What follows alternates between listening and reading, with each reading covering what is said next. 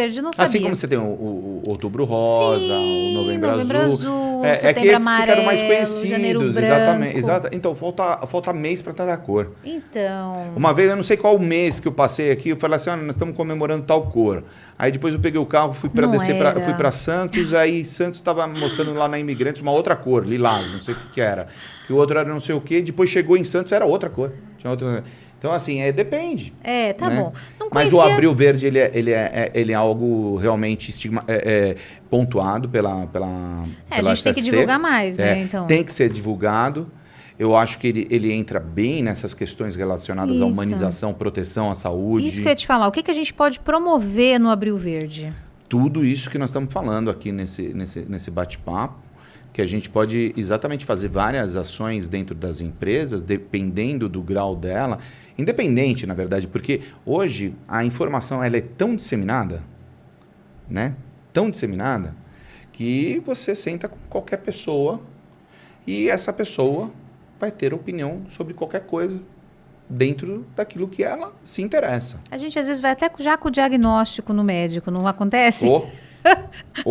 Já acontece. Então, no Abril Verde, a gente pode falar sobre isso, discutir um pouco mais, trazer essa coisa do médico para dentro da vida das pessoas, para confiança. Você vai falar sobre álcool, drogas, doenças sexualmente transmissíveis. O que é a CIPAT? É o que acontece muito na CIPAT. Muito parecido com a CIPAT, só que você vai focar mais realmente na vida do trabalho, na saúde do trabalhador, na segurança do trabalhador, né?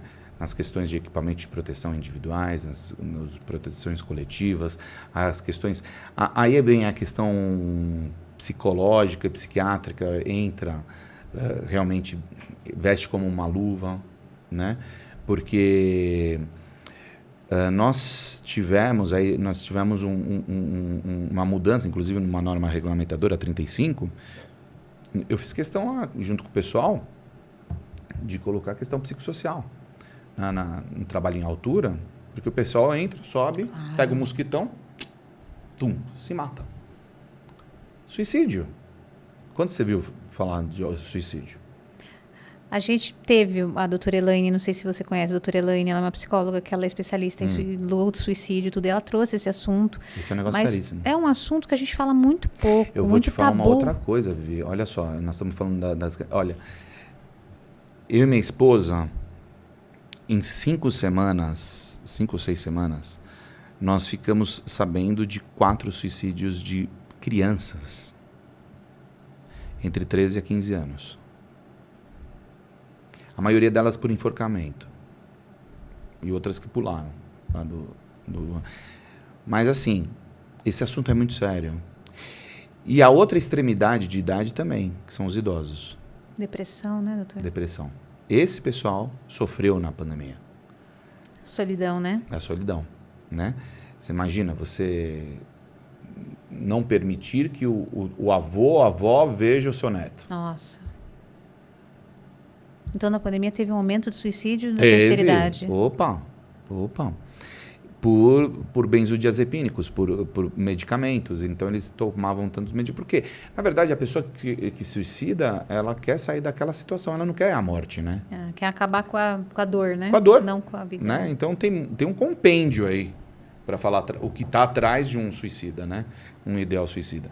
Então, isso na medicina do trabalho é uma realidade. Se você puder contar um pouco mais sobre isso, né? Porque vocês estão na linha de frente desse tipo de situação. Aumentou 6% na cidade de São Paulo. Isso segundo o que a gente sabe, né? E não sabemos mais porque tivemos todos lembra aqueles assuntos de causa mortes, o Covid, e na verdade a pessoa foi atropelada, aí coloca Covid. Aconteceu, né? Tinha essas coisas, né? Mas enfim...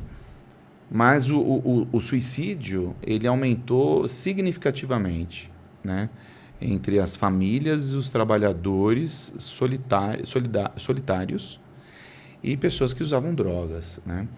Um outro segmento que nós tivemos muito sério são os policiais, que é um assunto que a gente vem abordando há muito tempo, né?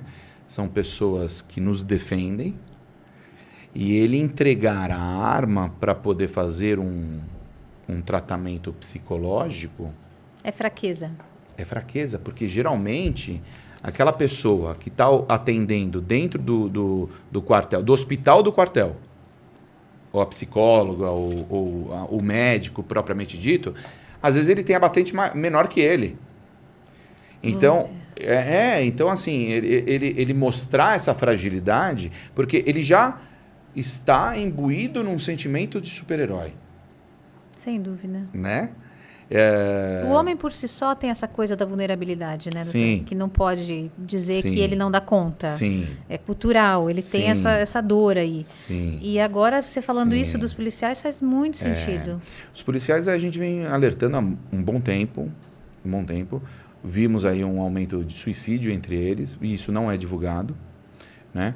A questão de aparelhagem, a questão de a doença psicológica, psiquiátrica, né? Vem muito seriamente.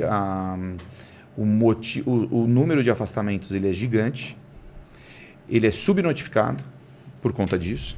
Não né? pode. E o uso de álcool e drogas acaba entrando também. Né? Então, esse é um capítulo aí para ser destrinchado muito fortemente. Nossa, então dentro das empresas, dentro do... Obrigada. Quer água, doutor? Não. Eu estou tomando aqui, tá ó. Bom. Obrigado. Então isso tem sido recorrente e tem aumentado. E faz a gente... Significativamente, a ponto da gente estar numa campanha aí muito séria. Tivemos as eleições para governador, né? De propor as PPPs, né? Parceria público-privada em cima nessa situação, porque não dá conta. Ele se sente muito melhor num consultório externo do que interno. Sem dúvida, com certeza. Né?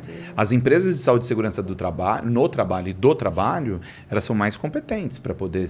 faz parte da especialidade. E isentas, né? Isentas. Né? Ele não quer saber se você é auxiliar de limpeza, se é policial ou se é isso, porque realmente o que importa para nós lá é a saúde dele relacionada ao trabalho. Você pode sim fazer ou você não pode fazer e assim por diante. Né? E você tem legislação que ampara. Esse que é o mais importante. Né? Só que esse sentimento que você falou agora há pouco, de fraqueza, de demonstração de fraqueza, ele é muito sério. E como que a gente desmistifica isso? Então, é uma questão de informação. A comunicação. Lembra que a gente falou agora há pouco a respeito da comunicação interna? Sim. Tem que ser mais séria. Né? Isso eu brigo em todos os cantos, na minha empresa, nas outras empresas, em casa, em todo lugar. A comum ação, pô. Se você não tiver comum ação, você não tem relação. Ação e reação. Né? Então, se você acha que você comunica, reveja.